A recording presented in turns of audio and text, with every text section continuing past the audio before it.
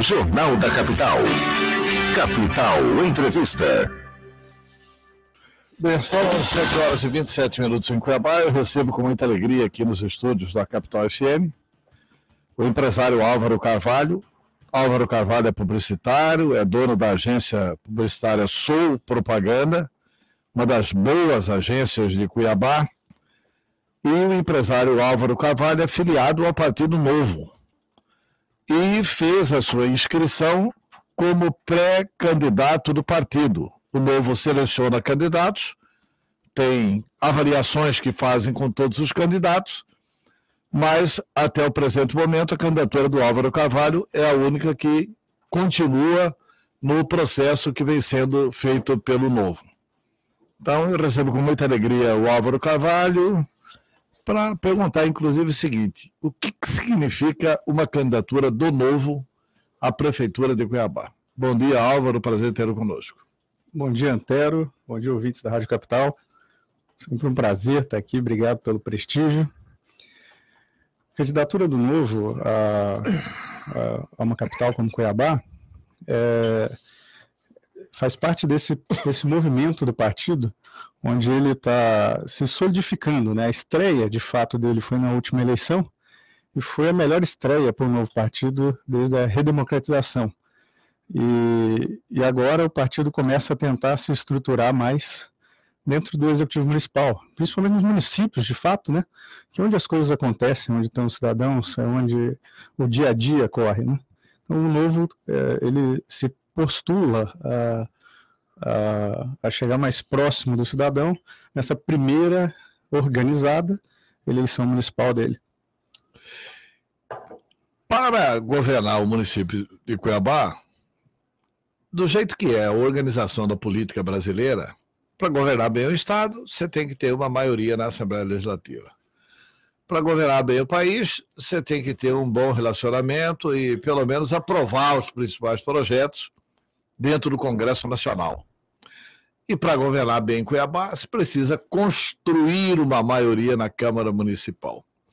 Qual que tem sido o projeto de formação de candidaturas a vereador também do Novo? Já tem chapa sendo articulada, sendo planejada? Tem. Como todos os processos do partido, os pré-candidatos passam por um processo seletivo. O Novo entende que é uma política do partido, né? Ele entende que as pessoas precisam apresentar algumas competências básicas para o cargo que elas se candidatam. Isso é natural. Você, quando vai contratar um locutor aqui para a rádio, você procura que ele tenha competências, que ele tenha talentos, ele tenha qualidades para aquele cargo. Ou quando a gente contrata uma pessoa para cuidar do nosso filho, isso é natural. E o Novo se colocou como um partido democrático, aberto, mas que precisa ter, esses pré-candidatos precisam mostrar que tem algumas qualificações. E hoje o processo para vereador está aberto, processo seletivo. Naturalmente, a gente não tem como garantir se todos esses pré-candidatos vão ser selecionados ou não, e se nós, naturalmente, teremos a chapa composta ao final desse processo ou não. Eu imagino que sim. Temos muito bons candidatos, pré-candidatos, e pessoas muito qualificadas, com valores muito próximos com o do partido, mas eu acredito que um outro ponto é que esse processo também pode correr em sigilo, se for a vontade do candidato. Ele pode passar pelo processo inteiro e absolutamente ninguém, a menos que ele e seus selecionadores saibam. Só ele e o partido, né? Exato. No meu caso, por exemplo, o processo é sigiloso. Algumas pessoas sabem porque eu, naturalmente, contei, né? Eu disse que eu estava no processo, estou me preparando, faço parte de um grupo que estuda Cuiabá, que pensa soluções. Então, eu entendi que seria mais prático. Mas hoje nós temos, por exemplo, alguns outros candidatos que continuam, pré-candidatos, que continuam no processo seletivo, inclusive para prefeito, que eu não sei quem são. Tá. E você faz parte de um grupo que estuda Cuiabá. E já tem alguma coisa priorizada para Cuiabá? Bastante. Já há algum tempo, mas efetivamente desde o ano passado, nós criamos grupos setoriais, de estudos setoriais. Então nós temos um grupo que estuda exclusivamente educação, Nós temos um grupo que estuda exclusivamente saúde, outro grupo que estuda gestão financeira, gestão administrativa. Então, nós criamos 9 grupos e naturalmente, o objetivo é que esses grupos proponham soluções. Já tem muita solução proposta. Mas em relação a prioridades, né, aí vem um ponto, né, a gente entende que gestão é dar prioridades, né, fazer escolhas, né, isso é a base, inclusive, do princípio, né, nenhum gestor consegue fazer 100% do que gostaria. Administrar uma cidade nesse modelo político, como é o brasileiro hoje, não tem como você priorizar uma única área, mas o novo tem por prática priorizar a gestão básica, né, fazer com que a máquina funcione, saúde, segurança e educação. Tá. E com relação à saúde, bom, quem que está liderando esse processo do novo lá? Nesse grupo de estudo? Não há lideranças por grupo, né? Os grupos são formados por pessoas que têm alguma experiência em alguma área, né?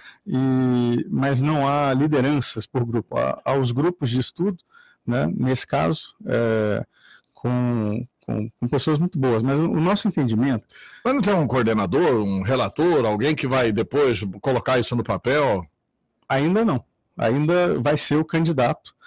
Óbvio, esse candidato que está sendo pré-selecionado, ele precisa apresentar essas características como gestor, como líder. Então, ao final desse processo, que agora é dia 8 de janeiro, esse profissional, esse pré-candidato, ele vai assumir essa coordenação e ele vai trazer isso para um projeto, aí sim, unificado, integrado. Mas, se me permite, há uma prerrogativa, né, uma intenção do novo. O que o novo pensa? O que nós, que frequentamos esse grupo, a gente não tem, primeiro, nada contra outras linhas de raciocínio. Isso é importante ficar claro. A gente entende que as pessoas de bem, sejam de esquerda, sejam de direita, elas querem a mesma coisa. A gente quer uma qualidade de vida melhor, cidades melhores, um país melhor. O que nos diferencia é o caminho, é a forma que a gente entende que é mais fácil ou mais rápido chegar lá. Então, quando a gente fala de saúde, de educação, o que o novo prega? Né? O que a nossa filosofia pega? Nosso entendimento político é que hoje tem Estado demais. O Estado, ele tira muito do cidadão. A gente está falando de quase 50% do produto interno bruto, né? E devolve muito mal. E o cidadão não tem opção. Então, hoje, um cidadão, objetivamente, na sua pergunta sobre a saúde, o cidadão que não tem recurso, na verdade, que entregou esse recurso para o governo, forçadamente, pelo imposto, ele não tem opção. Ele tem que ir naquela UPA do bairro dele, funcionando ou não, vai ficar 120 dias esperando um exame, e assim funciona. O que o novo prega? O novo prega que a gente consegue dar maior eficácia, maior celeridade, deixando o cidadão ser o protagonista. Você quer pagar o imposto para o Estado? Ok. Se não quer, escolha o teu plano de saúde. Né? Então, assim, a gente tem... o cidadão não pode pagar? Aí sim o Estado entra. O Estado entra com a vulnerabilidade, no estado de vulnerabilidade do cidadão. Porque entende que todo ser humano precisa de saúde, precisa de educação, mas não necessariamente que o Estado precisa ser o administrador do posto, que o Estado precisa ser o administrador do hospital. A gente tem vários casos. Um caso, se me permite, um comparativo na educação. Vamos pegar a educação do Estado ou do município. Se a gente dividir o gasto do município de Cuiabá pelo número de alunos que chegam ao final do ano letivo, dá para pagar um maxi para eles. Isso é matemática, isso não é gestão, isso é simples, qualquer cidadão consegue fazer essa conta. Então, esse é o nosso entendimento. Óbvio, dá para fazer isso de uma forma rápida? Não dá para você virar um transatlântico numa curva fechada. Mas consegue começar a implantar uma filosofia do cidadão, do cuiabano, mais protagonista na sua vida, menos dependente das migalhas que o Estado deixa para ele. Quer dizer que vocês defendem a privatização do ensino? Em tese, né? Porque essa é uma tese que preocupa quem não aguenta pagar, né? Não, mas esse que não aguenta pagar, o Estado paga para ele. O Estado paga para ele. Eu vou te dar um exemplo simples, que eu acho que funciona muito bem. teve indícios no governo do PSDB do Fernando Henrique, foi implantado no governo do Lula, que é o ProUni. O ProUni é fantástico. O ProUni democratizou, de fato, o ensino superior. Então, se o pobre que não pode pagar o ensino, o Estado paga para ele aonde? Na faculdade que ele quer. E aí a gente acaba com aquela celeuma, para mim é o maior problema que tem hoje, dentro do ponto de vista educacional brasileiro, que é o pobre relegado à escola de pobre, ao ensino de qualidade. A gente teve PISA, que foi divulgado semana passada, se não me engano, né? Você reparou que o ensino público brasileiro ficou abaixo do Peru. Foi desastroso o resultado. Está estagnado nesse péssimo estado há 10 anos. As nossas escolas privadas de elite, aquela do rico, ela ficou melhor que as escolas da Finlândia no PISA. Olha que interessante. Agora, por que não deixar que o filho do pobre estude na mesma escola do filho do rico? Quando a gente fala que a gente precisa reduzir desigualdades, nós defendemos a liberdade. Você quer, faça o que você quiser da sua vida, mas eu preciso te dar oportunidades próximas. Então, o ProUni colocou o filho do pobre na mesma sala do filho do rico, sendo paga pelo Estado. Nós achamos isso maravilhoso. E quando a gente fala de educação, né, como você citou no início, fala assim, o Álvaro, empresário. Não, mas só que com um detalhe, do ProUni, né?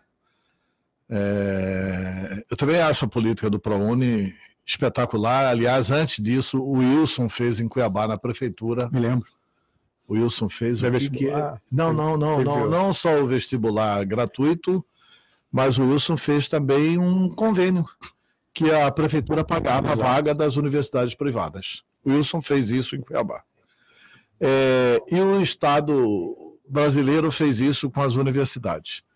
Só que, como está organizada a educação brasileira, o melhor ensino fundamental é privado. Isso comprovadamente privado. Exato. O superior é público. O superior é público. Exato. E aí, né, nós fizemos, você está dizendo o autor da lei das cotas. Eu fiz a lei das cotas do acesso à universidade pública. Porque eu acho que, assim, que o que tem que garantir é a entrada na universidade pública, que é a melhor. E por isso precisávamos da lei das cotas. A universidade pública é a melhor, eu concordo. Em média, é a melhor. Agora a gente tem, por exemplo... Como nós temos exemplos de escolas públicas que são melhores que as privadas, né? Inclusive aqui em Mato Grosso. A nossa Escola Técnica Federal de Mato Grosso, as federais. Entre as 50 melhores... Os IF, né? Entre as 50 os melhores... institutos federais de Mato Grosso são melhores. Entre as 50 melhores escolas de Mato Grosso, a melhor pública é um Instituto Federal em 22º lugar. Ou seja, já não é uma verdade absoluta isso. A distância está cada vez mais longa. E só completando, você me apresentou, Álvaro, empresário, publicitário, e a gente hoje vive num... o povo foi instigado a essa luta ricos e pobres, né? Essa separação lá do A, lá do B, esquerda e direita. Eu falo de educação, minha mãe é professora aposentada da rede pública municipal. Então eu fui criado graças ao trabalho de uma professora da rede pública municipal. Então acompanhei de perto, hoje aposentada, mas eu acompanho de perto.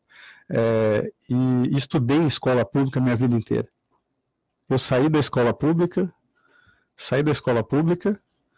no fim de ano, exatamente para o vestibular, na semana seguinte, né? Na época vestibular, né? Fiz o Enem na época dos testes, quando o Enem não valia ainda para vaga nas universidades. Mas já não é uma verdade tão absoluta. Agora, só um dado, né? O gasto brasileiro com a diferença entre um aluno de ensino superior com um aluno de ensino fundamental é um dos mais discrepantes do mundo, a relação, a diferença, a distância, né? Se não for mais, eu estou tentando me recordar dos números aqui. Só um parênteses, é que vamos dar prioridade ao nosso ouvinte, o Diego está na linha e quer falar conosco. Bom dia, Diego, tudo bem? Bom dia, tudo bem? Bom dia, Antero. Bom dia. Álvaro. Bom dia, Diego. Álvaro, tudo bem? Estou escutando a entrevista. Hoje, o modelo que o senhor fala já acontece. Quem tem condições já paga, já plano de saúde, já paga a escola privada. quando o senhor fala que o custo da educação é quase pagar a escola mágica, não é o problema, não é a escola pública, é a gestão da escola pública, a gestão de recursos. Então, por que não fortalecer a escola pública em ensino de verdade? Porque é muito medo, porque às vezes nós estamos no Brasil, nós estamos fazendo a venda de certificados, não de conhecimento. Exato. A gente vê às vezes em uma faculdade que eu tenho mais preocupação, algumas instituições privadas têm mais preocupação em colocar a quantidade de alunos e receber do que ensinar e qualificar. Investe em ciência, investe em pesquisas, tudo que as públicas fazem. E em outros países que têm educação pública forte, forma cidadão e profissionais muito bem mais preparados do que a iniciativa privada. É só contribuição. E hoje acontece, quem tem condições paga plano de saúde e paga escola privada. Não coloca filho na escola pública por não acreditar na escola pública. Mas eu vejo, para mim, que às vezes é mais questão de gestão do que qualidade da escola mesmo. Tá, ok, obrigado pela participação, Diego. Você quer comentar a participação, Diego? Quero, muito produtivo, inclusive. Ele está certo. Mas quando ele diz que é mais um problema de gestão do que de qualidade, é que a qualidade é um reflexo da gestão. Uma boa gestão, naturalmente, vai trazer um ensino de mais qualidade. Uma má gestão vai trazer um ensino de pior qualidade. Só que aí há uma mágica que não tem como ser feita. O Estado brasileiro é grande demais. A maior empresa mato-grossense, Antero, ela é menor do que o Estado. E a maior empresa nossa é mundial, é global, do Estado do Mato Grosso, segundo o ranking da Exame. Né? Ela tem 6 mil funcionários. O Estado de Mato Grosso, só o governo do Estado tem 101 mil. A Prefeitura tem 40 mil. Só residentes em Cuiabá a gente tem mais de 100 mil funcionários públicos. Né? Nada contra, pelo contrário. Como te disse, sou filho de uma funcionária pública e sei da importância do funcionalismo público. Agora, uma máquina desse tamanho é inadministrável. Inadministrável. Com eficácia, com alta performance em todas as pontas, em todas as escolas, em todos os pontos de saúde, isso é impossível. Então, o que nós entendemos? Quando a gente democratiza a gestão, quando o cidadão é protagonista, quando ele é livre, de fato, onde ele escolhe ali qual o posto, qual a escola, ele valoriza a qualidade, seja lá o que for qualidade para ele. Tá, mas não está utópico isso? Qual que é a possibilidade do Novo, se ganhar a eleição em Cuiabá, implantar isso em Cuiabá? Em começar o processo total. 100% de começar o processo. Isso acontece em 4 anos? Óbvio, naturalmente não. Uma das bases do nosso partido é a integridade. A gente vai falar sempre a verdade, pelo menos aquilo que a gente entende como verdade. A gente não está tão preocupado em ganhar. É aí que acho que é o que nos diferencia dos outros. Os outros, a gente tem pré-candidatos há muito tempo que há 2 anos aí recebem salários públicos e só fazem campanha. Não executam suas funções conforme deveriam. Nós não. Eu saio daqui e vou para o meu trabalho. Né? Então, nós não estamos preocupados em ganhar, nós estamos preocupados em oferecer uma boa opção para a sociedade cuiabana. Se essa sociedade não entender que esse modelo é sustentável, é inteligente, é bom, como nós entendemos, e pode ser que não seja, aí naturalmente, sem esse apoio popular, não se começa um movimento desse.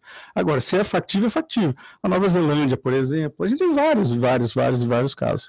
E, naturalmente, e a gente tem vários números que comprovam isso, os países mais livres têm melhor qualidade de ensino, têm melhor qualidade de vida, têm melhor renda. Isso a gente pode até citar números aqui, se você quiser.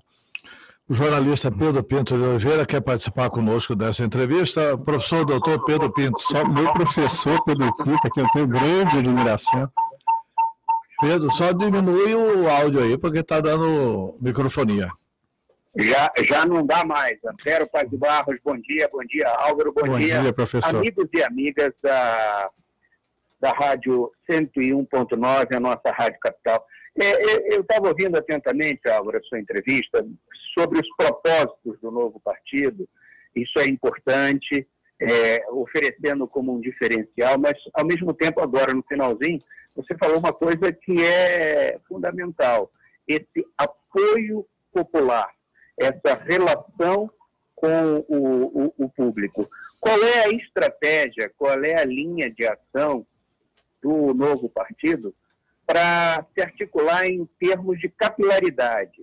Dá exemplo de outros partidos políticos mais tradicionais que são fortes nessa capilaridade, e partidos como a social-democracia, proposta pelo PSDB, fracassou no sentido dessa capilaridade, de ter essas relações nos diversos segmentos da sociedade. O Novo pensa em trabalhar essa ideia de uma maneira nova? Bom dia. Bom dia, excelente pergunta, e para variar, né? O professor Pedro Pinto fez uma pergunta inteligente quando ele fala em relação à capilaridade dos partidos. Os partidos estão muito preocupados em ter gente, né, para essa disseminação. Nós também estamos, mas a estratégia do Novo ela é muito árdua e muito difícil para nós que estamos nas pontas, porque nós temos metas. Nós temos metas de quantidade de filiados por diretório, nós temos metas de quantidade de pré-candidatos no processo seletivo, ou seja, é muito mais difícil, né? A gente poderia, como os outros partidos, estar só convidando pessoas para o ideal. Mas o Novo não. O Novo dificulta um pouco as coisas exatamente para tentar manter um pouco a linha, o padrão, o que ele entende por ser qualidade. Por exemplo, Antero, em Mato Grosso, só 2 cidades conseguiram atingir as metas, porque acho que o cidadão já sabe, o Novo é o único partido brasileiro que não usa. O cidadão não sabe. Não sabe? Não sabe. Então vamos dizer para ele. O Novo é o único partido brasileiro que não usa nem o fundo partidário, cerca de 1 bilhão do dinheiro público, do seu dinheiro ouvinte, por ano, e não usa o fundo eleitoral. Para a próxima eleição são o fundo partidário, o fundo partidário é de 1 bilhão por ano. O fundo eleitoral, o fundão, para a próxima eleição é de quase 4 bilhões. Em 10 anos, Antero, a gente fala de 25 bilhões no bolso dos partidos e dos caciques políticos. A gente é contra isso. Então, o que nos financia? Como que nós fazemos campanha? Com o dinheiro do filiado. Então, quem concorda com o ideal do Novo e quer contribuir, pode contribuir com quanto ele quiser, ou se filiar ao partido pagando R$ 29,00 por mês. É assim que a gente faz campanha. É assim que a gente fez, né? Nessa primeira, e vai continuar fazendo. Então, a gente não concorda com isso. Agora, por exemplo, essa semana, a saúde perdeu 380 milhões de reais para o fundão. A educação perdeu R$500 bilhão para o fundão. E os partidos ganharam 5 bilhões de reais. Em 2005, 5 não, 3,8, né? Mais 1 bilhão de fundo eleitoral, de fundo partidário. 4,8. Então, nós estamos falando de 5 bilhões. Em 10 anos, se você fizer uma continha aí, já que a gente tem eleição ano sim, ano não, nós estamos falando de 25 bilhões. Ou seja, nós vamos trabalhar mais por conta da Previdência, a gente vai aposentar mais velho, a gente falta recurso para tudo no Brasil, nós não temos dinheiro para infraestrutura, mas temos dinheiro para partido. Então, esse é o primeiro ponto. Por isso, respondendo a pergunta do professor, a nossa estratégia está muito mais focada. Nós temos o objetivo de ter capilaridade, nós precisamos, isso é fundamental, mas a nossa estratégia está muito mais focada em ter alinhamento com as nossas capilaridades do que só ter quantidade de pessoas nas pontas. Então, acho que isso responde à pergunta do professor. Não, mas essa capilaridade, ela teria que ser o seguinte, não é mais pessoas na ponta. É mais pessoas nas pontas sendo qualificadas pelo ideário do partido. Concordo. Eu tive a oportunidade de ser aqui, em 1985, presidente do MDB. Na época era MDB, ou já era PMDB? PMDB. 85 era PMDB. PMDB. Foi quando o Dante foi candidato a prefeito de Cuiabá. Nós temos subdiretórios em todos os bairros de Cuiabá e, inclusive, nos distritos do MDB. Uhum. Filiamos muita gente ao MDB. Teve uma campanha de filiação em massa. E nós tínhamos 10 a 15 pessoas, era assim, toda quinta-feira tinha palestra nos subdiretórios para qualificar o... Não queríamos filiado, queríamos militante, para que o filiado se transformasse em militante. Isso não faz hoje. Hoje em dia as pessoas compram essa militância. Né? Precisamos fazer. E contratam essa militância. Até porque veio esse dinheiro aí, não sei como, etc e tal, não sei como não, do orçamento público, né? E que acaba facilitando tudo isso. Mas olha, o Novo vai ter um problema nessa próxima eleição. Vai ter vários. Não, mas vai ter um problema de se comparar com o Novo. Como que foi o Novo no governo de Minas Gerais? Exato. Porque se ali fracassar, Concordo. Na próxima eleição, vocês vão ser confrontados com o fracasso do Novo em Minas Gerais. Sem dúvida. O objetivo do partido, Antero, antes de tudo, o foco do partido é mudar o sistema político brasileiro, o modelo político brasileiro. Ele entende que esse modelo não deixa ninguém trabalhar. Nem o cidadão na iniciativa privada, muito menos o gestor na iniciativa pública. Então, o grande foco do Novo sempre foi o Legislativo Federal, né? E na última eleição, onde isso foi... na última eleição a gente não tinha nenhum deputado, então a gente não tinha quebrado cláusula de barreira, né? Então nós não participávamos de debate, não tínhamos tempo em TV. Agora tem a vantagem que tem que participar, né?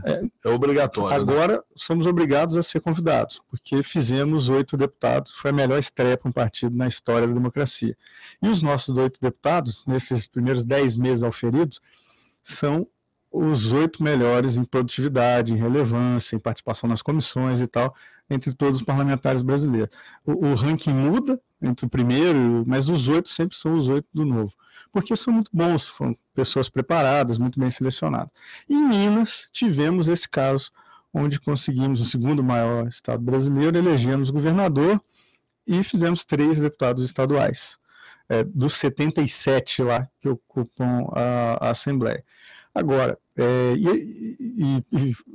eu acho que se a gente der certo em Minas, a gente dá certo em qualquer outro lugar. Porque Minas, em 31 de dezembro de 2018, último dia do governo petista, véspera da assunção do governo pelo Romeu Zema, o governador eleito pelo Partido Novo, Minas tinha a pior situação fiscal brasileira, entre todos os estados, disparado, né? Devia repasse aos municípios na ordem de 8 bilhões de reais. Devia funcionalismo público em 3 meses de salário. Devia 13º do ano anterior. Enfim, a situação caótica. Devia fornecedores de uma forma... A situação fiscal de Minas era desastrosa. E na hora que o Zema ganha, todo mundo entrou em choque. Falou, putz, agora nós temos um baita problema. A gente precisa dar jeito de resolver.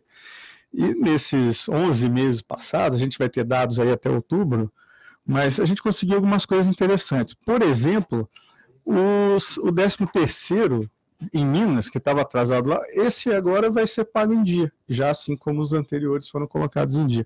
Os salários estão deixando de ser escalonados. E numa previsão otimista, em janeiro, a gente vai precisar de 10 anos só para zerar o déficit de Minas. Só para zerar o déficit. Agora, Minas esse ano foi o estado que mais gerou emprego no Brasil. Minas foi o estado que mais reduziu criminalidade em praticamente todas as fontes de criminalidade no Brasil, né? Então, ou seja, está dando trabalho. Foi o estado que mais gerou emprego e que mais reduziu o tamanho da máquina pública, né? Com a redução de 60% dos comissionados, que eram cargos de partido. O Zema, nos 3 primeiros meses, reduziu, assim como o Dante fez lá atrás, aqui, sei que é um governador que você admira, e o Estado continuou crescendo e funcionando. Então agora começam-se os processos mais estruturantes, né? Vamos falar de 10 meses apenas de trabalho, mas com esses resultados já muito bons. Então anima a gente entende que a gente chega nas próximas eleições com um resultado fantástico para se mostrar. Aqui tem uma mensagem do Brito Ferreira. Brito Ferreira tá... Leia aí, Antero. Apoiaram a reforma da Previdência que tirou de quem ganha menos e apoiam um presidente fascista. Isso é o novo? Leia aí, Antero. Aí, protestos na França obrigam Macron a rever a sua reforma da Previdência. Aqui o povo abocanha o que lhe atiram. Enfim, essa é a manifestação do Brito Ferreira. Ele não gosta que eu falo, mas ele é manifestamente PT. Né? Ele zanga de falar isso aqui. Um abraço, Brito. Obrigado pela audiência. Então, 2 coisas aí. Até esses dias você, por exemplo, presenciou um debate, né, um diálogo com algumas pessoas da esquerda sobre o que me preocupa. Aí sim, o fascismo é a relação principal da contra-informação, que no Brasil, extrema-direita e esquerda fazem. O Novo não apoia o governo Bolsonaro. Não apoia. O Novo apoia as causas que se identificam com o partido. Esse é o primeiro ponto. É totalmente independente. Não tem nenhum cargo no governo Bolsonaro, nada. E o ministro do meio? Não é do governo, é do Novo. Ele, para assumir o ministério, foi afastado do Novo. O Novo não aceita cargo em governo que não é do Novo. O Novo não trabalha nessa política de troca de cargo, como trabalha o PT, como trabalham quase todos os outros partidos, né? A democracia de coalizão. O Novo não faz isso. O que aconteceu é que nas pautas mais polêmicas, como a reforma da Previdência, de fato o Novo se posicionou a favor. E a Previdência, que aí é um assunto que a gente pode debater aqui, nós temos hoje no Congresso o principal especialista em Previdência, que é o Alexis Fontaine, que é um dos deputados nossos. Mas a gente apoia por matemática, porque ia quebrar o Brasil em alguns anos, né? Hoje, Antero, 90%, vamos trazer aqui para Mato Grosso, pouco mais de 90% do que tudo que o Estado arrecada é custeio da máquina, funcionalismo e previdência. Peraí, a gente paga imposto para ter rua, escola, saúde, para onde vai cadê o meu serviço? Né? É isso que a gente cobra. Então, nesse caso específico, por matemática. E por outro ponto, porque no Brasil é uma grande confusão entre previdência e seguridade social. A gente paga a mesma coisa, sai tudo da mesma fonte, né? Então, o nosso entendimento é que, por questões matemáticas, ela precisava passar, está perfeita não, precisa de ajuste. A gente defende muitas outras coisas. A gente defende regime de capitalização e por aí vai. Mas, acima de tudo, Antero, a gente defende o trabalho. A gente defende a geração de riqueza, a gente defende a liberdade do indivíduo.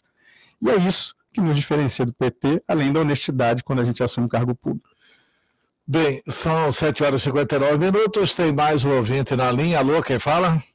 Oi, senador, tudo bem? Quem está falando? Bom dia. Jorge, eu sou de Paranavaí, eu sou seu assíduo ouvinte aqui pela manhã. Oi, Jorge, muito obrigado. Eu estou ouvindo essa entrevista, assim, pelo histórico que nós construímos desde os movimentos de redemocratização do nosso país.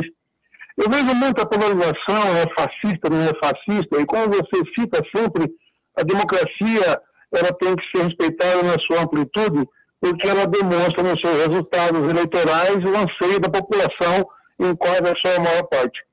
Então, eu vejo que a discussão sobre a reforma da Previdência, a reforma educacional, me lembra uma discussão com o Paulo Renato, que era ministro do PSDB, do qual o senhor fazia parte, e eu me lembro de umas colocações que o senhor fez a respeito dessa questão da polarização dessas discussões políticas. Nós sabemos que a mensagem colocada no Congresso foi uma e a aprovada pelo Congresso Nacional foi outra. Então, atribuir essa questão da reforma ao governo do atual presidente é uma falácia muito pequena, é uma discussão tão ampla e profunda. É preciso deixar esse viés populista de qualificar quem está no poder de forma negativa para se eximir do processo da discussão real que é feita dentro do Congresso Nacional. E como o senhor fez grandemente parte da nossa Constituinte, e depois como senador da República também, aí o senhor tem o conhecimento de como esses corredores funcionam dentro dessas discussões mais polêmicas. Então eu vejo o Novo, através do Romeu Zema, em Minas Gerais, como um grande laboratório para ver se propostas dessa magnitude podem realmente se tornar realidade. Nós vivemos um Estado rico com o povo arrebentado, com os cofres surrupiados. Mato Grosso está num caminho um pouco diferenciado. E o senhor que conhece a realidade de Mato Grosso há muito tempo e acompanhou a mudança através do grande governador Dante de Oliveira, que foi com a sua equipe o principal mentor do progresso desse Estado, enfrentou a esquerda de forma hábil e inteligente, fazendo algumas privatizações que foram necessárias, e hoje o povo de Mato Grosso tem uma vida mais tranquila por causa desta coragem da equipe do governador Dante de Oliveira, que privatizou a SEMAT, a telefonia. E nós temos esse resultado hoje. E jogar essa discussão da forma como o companheiro está fazendo, no viés do seu próprio partido, acho interessante. Mas é preciso deixar bem claro que a questão técnica é uma coisa, a questão política é outra, como o senhor sempre fala. Esse debate, senador, ele tinha que ser mais aprofundado. Não com esses viés de chamar alguém de fascista ou de esquerdopata, entendeu? Coisa dessa natureza. A discussão é importante, o senhor colocou isso muito bem. Respeitar o resultado da democracia é um fator muito, muito decisivo. Então, as propostas do novo precisam ser trabalhadas de uma forma mais abrangente e nos permitir avaliarmos isso de uma forma mais positiva ou não. Então, o debate que ele está propondo de colocar filiações, atingir um nível de filiação em todas as cidades do Estado, onde estão presentes, é importante. Agora, precisa participar do debate. Não é porque você não apoia o governo do Estado de Mato Grosso, ou o governo do nosso país, que você vai ser eximido do debate. Porque o debate é feito não pelo governo, mas dentro da Assembleia Legislativa, dentro do Congresso Nacional. Transportar isso para o povo é que é o grande X da questão. Então, eu gostaria muito, primeiro, de passar para ele essa questão, depois eu gostaria muito que o senhor, na sua visão ampla, e com o conhecimento que o senhor tem, se eu estou errado, o senhor, por gentileza, pode me corrigir. Eu ficaria imensamente feliz que o senhor colocar essa questão e me dar uma luz para que eu possa ouvir. Tá bom, obrigado, Jorge. Já que você me chamar de senhor, você fica criancinha, né, de frase. Ah, Cleiton, o respeito que eu tenho por você pela sua história, cara. E eu de bengala, tá bom. Tô brincando. Um abraço, senador. Obrigado. Um abraço aí ao nosso querido povo de Paranatinga. E aí, algum comentário? Sim, foi importante porque às vezes as pessoas retiram trechos e constroem filosofias sobre trechos deslocados fora de contexto. Mas o Jorge colocou coisas muito importantes e ele está, na minha visão, coberto de razão. Em essência, nós somos técnicos, tá? Nós não temos experiência ou habilidade política para tratar no sistema tal qual ele está. Então, tal qual ele é hoje no Brasil. E, acima de tudo, a gente entende que esse sistema não é bom para o povo brasileiro. Por isso que a nossa meta é mudar. A gente não quer fazer a política como ela é. A gente quer fazer a política como a gente gostaria que ela fosse. Então, esse é o primeiro ponto. O segundo ponto que o Jorge diz, que de fato, Antero, a gente tem perdido a habilidade de ver qualidade nas pessoas, né? Primeiro que o Novo não apoia assim. O Novo a gente não separa governo do povo, não tem como, né? Hoje o presidente que nós temos é o Bolsonaro, então nós temos que apoiar o governo, porque apoiar o governo é apoiar o Brasil. Então o governador que nós temos é o Mauro Mendes, nós temos que apoiar o Mauro Mendes, porque apoiar o Mauro Mendes é apoiar Mato Grosso, né? E porque a gente não perdeu ainda, como muita gente perdeu no Brasil, a habilidade de ver qualidade nas pessoas e nas gestões. As pessoas estão procurando defeitos para se agarrar nesses defeitos e gritar com esses defeitos debaixo do braço. Isso não leva a nada. Isso não tem nos levado a nada. O que nos leva a algo? O diálogo, a construção de pontes. Entender que os caras da esquerda são brasileiros e precisam ser vistos como brasileiros e precisam ser respeitados como brasileiros. Que os caras da direita são brasileiros, precisam ser vistos como brasileiros, precisam ser respeitados como brasileiros. E a gente não vai construir um governo pacífico, a gente não vai construir um país melhor para todo mundo com cisão, com briga. A gente vai construir isso tentando atender o máximo de interesses possíveis. Agora, onde a gente vê que tem um grande erro é que os políticos fazem isso tentando atender interesses individuais. E os governos existem para atender interesses coletivos. E aí, para mim, está a chave. Saber separar o que é interesse individual do que é interesse coletivo. Tá, Álvaro, infelizmente a rádio é tempo, a gente tem que encerrar a entrevista. Eu quero só fazer um registro aqui do Marcos Teixeira. Essa história de sair do partido para assumir o ministério e achar que o povo é idiota, não cola. Cola, tá no estatuto do partido, o partido afastou, ele ficou pé da vida porque foi afastado, mas está no estatuto do partido. Por exemplo, se o governador Mauro Mendes, a quem eu tenho muito respeito, me convidasse para assumir algum cargo, eu nunca tive cargo público, mas se ele me convidasse, por regra, eu sei da regra, eu li o estatuto, eu assinei, né? A gente tem um péssimo hábito de assinar sem ler, né? Mas eu assinei. O que eu tenho que fazer? Eu tenho que me licenciar do partido para eventualmente assumir o governo. É simples. Está na regra. Regra é regra. O estatuto, né?